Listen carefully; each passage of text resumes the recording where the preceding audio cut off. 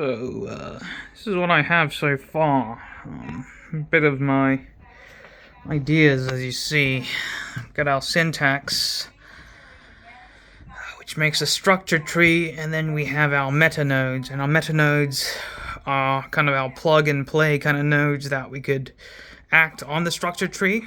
So Ray is actually kind of just defined as mostly this thing, the syntax, and the default group of meta nodes that come with the standard, but you could actually extend the standard group of meta nodes. And what you see is I have meta 1 and I have meta 2.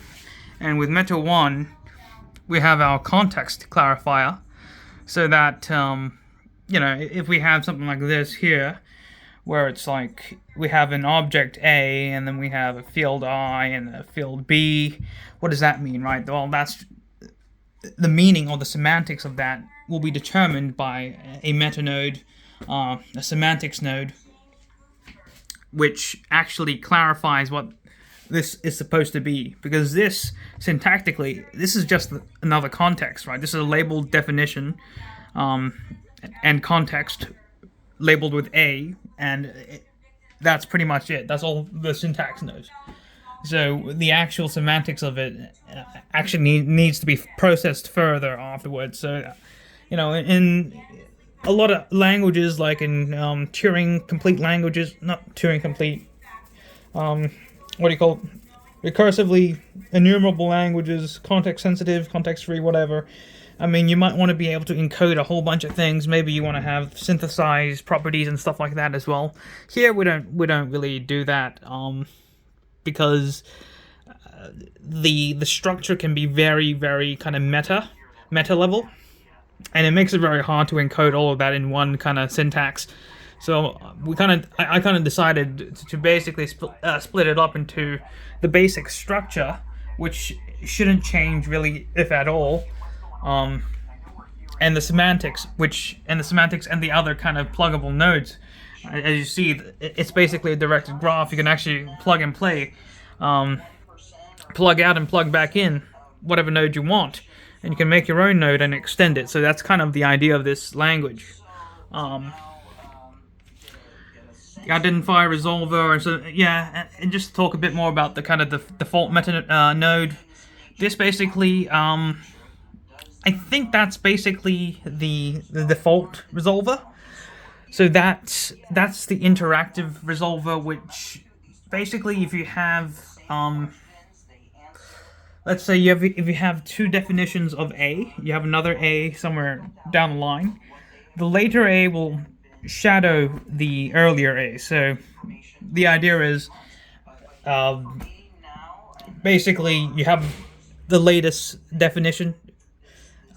It's based on the latest definition of a variable or a definition binding or whatever, right? Basically, or if you want something more traditional in other languages where you want it to, you want definitions, variables, functions to be unique. This is the node that you would actually use instead. These are kind of meant to be. These are, I guess, mutually exclusive. They don't have to be, but I kind of think they probably are. But if you slot the second one in, that should pretty much override everything in the first part anyway, because that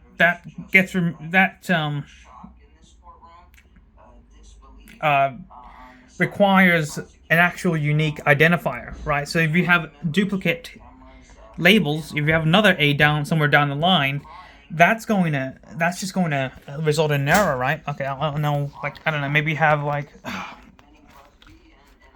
One sec.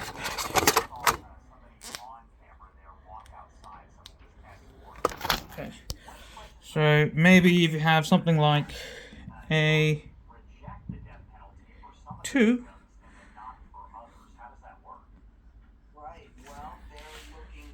If you have a program with these two contexts, the semantics analyzer is going to go, look, A is already defined, right? So that's an error. And that occurs if you use the N2 node. If you use the N1 node, that's not going to work. Well, I think it's M, not N. Yeah, M. Meta. M2. So, depending on the M number, it'll do different things. And the idea is that it's supposed to be very fast, very kind of ergonomic to kind of change. So it shouldn't like take too much effort. It shouldn't even take like a flag. Like if you're going to use an IDE with a language server, you should be able to just instantaneously change it with like a command in your command prompt, Control P or something, right? Or you can just ask the AI to do it as well. Or you know, there's like and another thing I was thinking about was like there's a config file like project.ray, and there you can set it in raw text as well if you want. And that would be a really quick way for you to interface with it directly if you know what you're doing. Otherwise, you can just use the command prompt or whatever. Anyway, yeah, and you have your evaluator, optimizer, and stuff like that too. And right now, I mean, I don't know. I think I'm just gonna get. I don't have tabs, so I don't recognize tab characters. I only use spaces.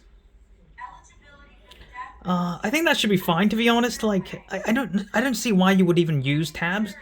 And I think that's basically it. Now this is grayed out a bit. So semantic node, like that.